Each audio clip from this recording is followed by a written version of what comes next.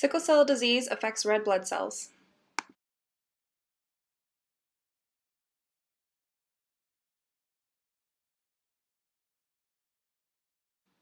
Sickle cell is a genetic disease. More specifically, it is an autosomal recessive disorder. People who are homozygous for the trait will have red blood cells that are sickle-shaped. However, individuals who are heterozygous will exhibit less severe symptoms.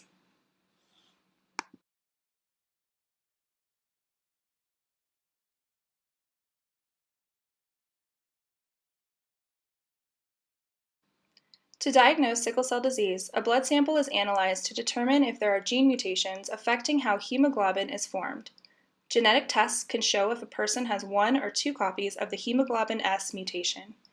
It is also possible to have two different mutations of the hemoglobin genes, resulting in variations in symptoms and severity. Since early detection extends life expectancy, newborn screening for the sickle cell trait is now required in every state. When an infant tests positive for the sickle cell trait, genetic counseling should be offered to the parents. Under normal conditions, red blood cells are in the shape of a biconcave disc. This allows for complete efficiency for hemoglobin to carry oxygen and carbon dioxide.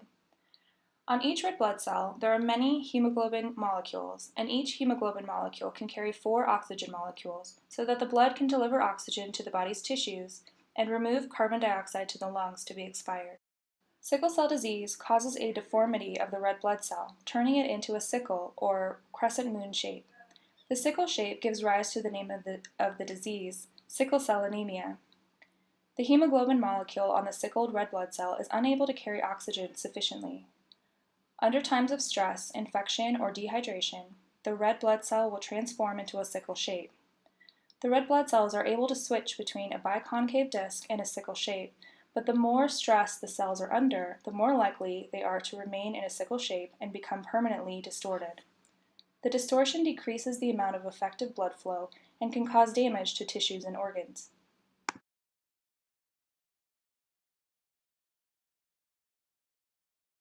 Clinical signs of sickle cell anemia begin to appear after the first year of life. People show common signs of anemia, especially fatigue and exercise intolerance.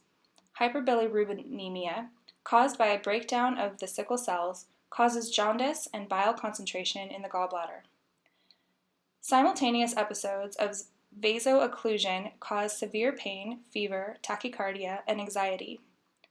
When vaso-occlusion occurs in the pulmonary vasculature, it is called acute chest syndrome and causes chest pain, tachypnea, fever, cough, and low arterial saturation.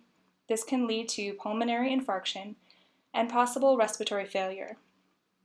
Lastly, hand-foot syndrome occurs because of painful ischemia and infarctions in the hands and fingers.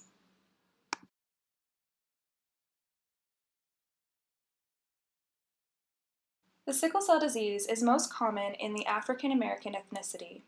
With every 365 African American births, one baby has the sickle cell disease. With this being said, 1 in 13 African American babies are born with the sickle cell trait.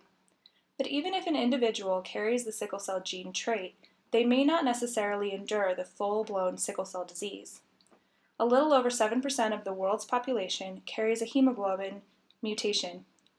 Sickle cell disease is most common in African, Middle Eastern, and Mediterranean countries, which is represented by the dots on the map.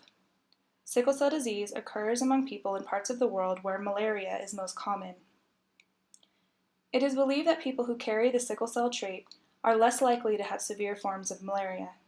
In the heterozygous state, the sickle mutation provides protection against infection by the falciparum species of malaria and likely confers a survival advantage, leading to its continued high prevalence in some populations of sub-Saharan Africa, the Middle East, and India.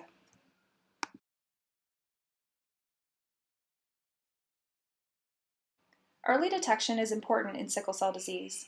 If sickle cell disease is detected during infancy, it can double the life expectancy. Although medication can be used to treat symptoms, it cannot be cured. An individual will have sickle cell disease throughout their entire life, which results in a shortened lifespan.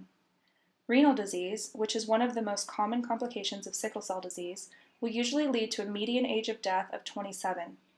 Genetic counseling is important for those who carry the sickle cell gene to understand the likelihood of passing it on to their offspring.